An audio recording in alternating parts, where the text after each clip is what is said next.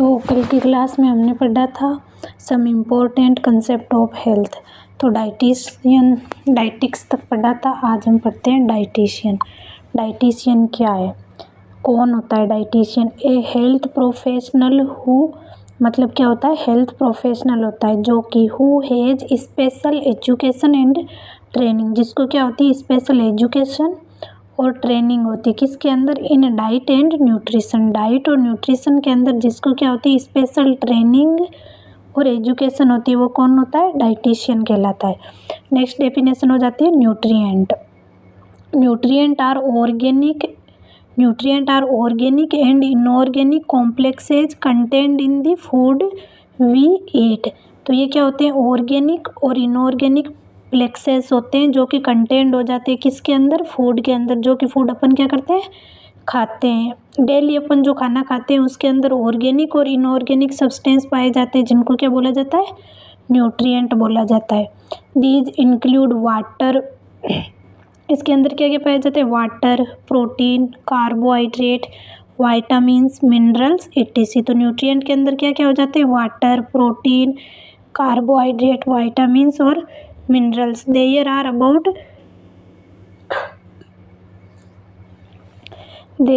about 50 different nutrients which are normally supplied through the food. यहाँ पर क्या हो जाते हैं? 15 डिफरेंट टाइप्स के न्यूट्रिएंट हो जाते हैं जो कि सप्लाइड हो जाते हैं किसके द्वारा?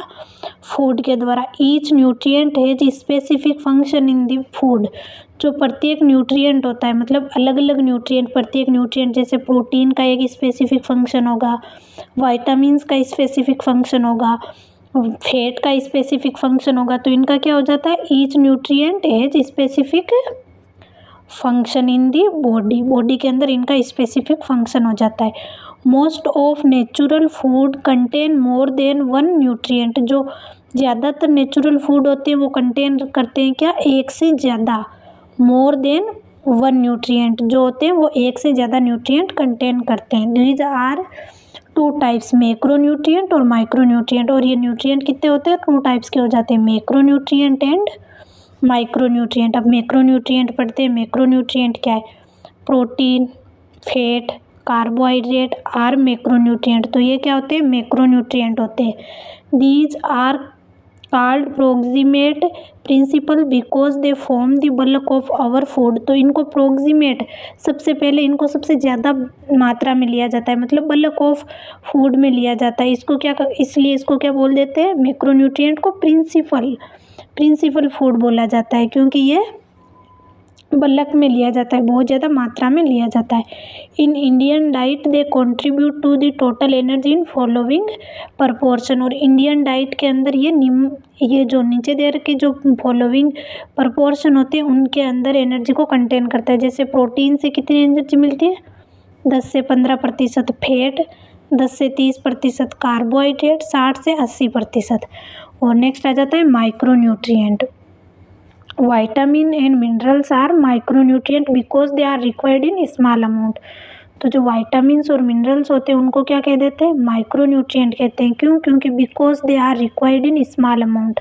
इनकी रिक्वायरमेंट जो होती है वो स्मॉल अमाउंट में होती है, मतलब जितनी प्रोटीन, फैट, कार्बोहाइड्रेट की होती है उतनी नहीं होती। विटामिन्स और मिनरल्स की स्मॉल अमाउंट में हो जाती है, इसलिए इनको क्या बोल देते हैं अपन? Micronutrient. Example from a fraction of milligram to several gram. इसमें क्या हो जाता है? मिलीग्राम से सेवरल, मतलब कुछ ग्राम तक इनकी नीड हो जाती है किनकी? वाइटामिन्स और मिनरल्स की। Micronutrient do not supply energy.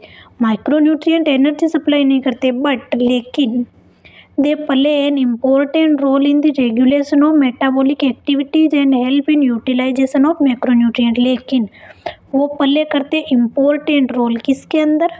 Regulation of metabolic activities. जो मेटाबॉलिक अपनी एक्टिविटीज होती है उनका रेगुलेशन करते हैं। And help in utilisation of macronutrient. और ये जो मैक्रोन्यूट्रिएंट है, प्रोटीन, फैट, कार्बोहाइड्रेट, इनके क्या कर देती है?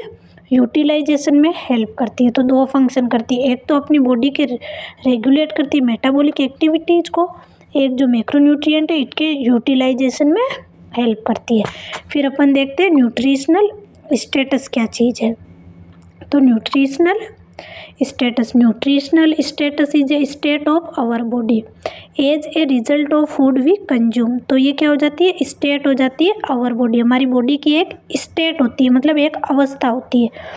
As a result of food we consume, तो ये किसकी वजह से हो जाती है, जो खाना अपन खाते हैं, फूड जो कंज्यूम करते हैं उसका रिजल्ट होता है क्या, nutritional status. It can be determined only by the correlation of information obtained through a careful medical and dietary observation and appropriate laboratory।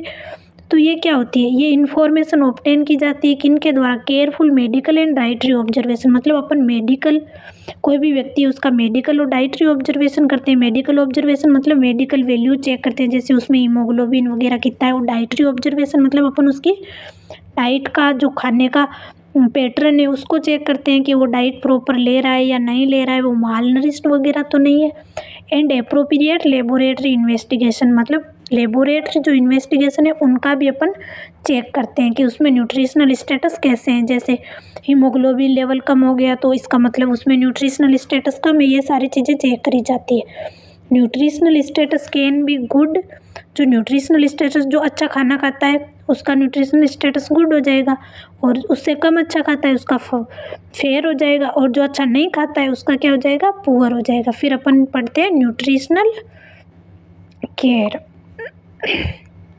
Nutritional care, nutritional care is the application of the science and art of human nutrition in helping, application होती है art और science की, किसके अंदर, human के अंदर, जिसकी वजह से उसको हेल्प मिल जाती है किसके अंदर, people to select and obtain for the primary purpose of nourishing their bodies. मतलब ये पीपुल की मदद करती है सिलेक्ट करने में और ऑब्टेन करने में फूड, जो कि उनकी प्राइमरी पर्पज को पूरा करे, नरिशमेंट के प्राइमरी पर्पज को पूरा करे, जिसकी वजह से हमारी बॉडी क्या रहे, हेल्थी रहे और in disease through out the life cycle. ये मतलब हमारी हेल्थ के दौरान और हमारी डिजीज कंडीशन के दौरान भी हमारी मदद कर देती है फूड को चूज करने में और ऑब्टेन करने में कि हमें कौन सा फूड खाना चाहिए और कौन सा फूड नहीं खाना चाहिए। उसके बाद में अपन नेक्स्ट पढ़ते हैं एनर्जी। एनर्जी क्या है, energy is define as the capacity of our body to do work.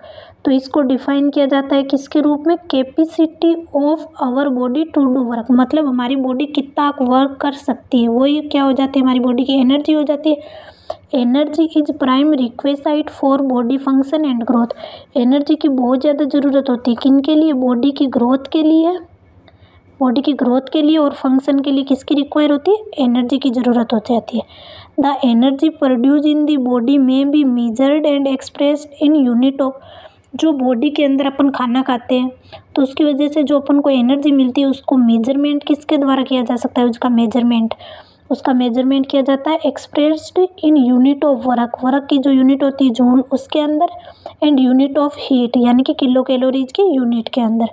अब यूनिट पढ़ते हैं अपन, हीट की यूनिट किलो कैलोरीज क्या है, एक kilo calorie is the amount of heat required to raise the temperature of 1 litre of water by 1 degree Celsius. तो kilo calorie क्या है, इज द अमाउंट ऑफ, ये क्या है, अमाउंट ऑफ हीट, हीट की वे मात्रा है जो कि रिक्वायर होती है अपन को to raise the temperature of 1 litre by 1 degree Celsius, यानी कि 1 लीटर वाटर का raise the temperature of 1 litre of water by 1 degree Celsius, यानी कि 1 लीटर वाटर का टेम्परेचर 1 डिग्री सेल्सियस तक राइज करने के लिए जो हीट की रिक्वायरमेंट होती है वही क्या हो जाती है, 1 किलो कैलोरी हो जाती है। और 1 किलो कैलोरी किसके इक्वल हो जाती है, 1 kilo calorie is equal to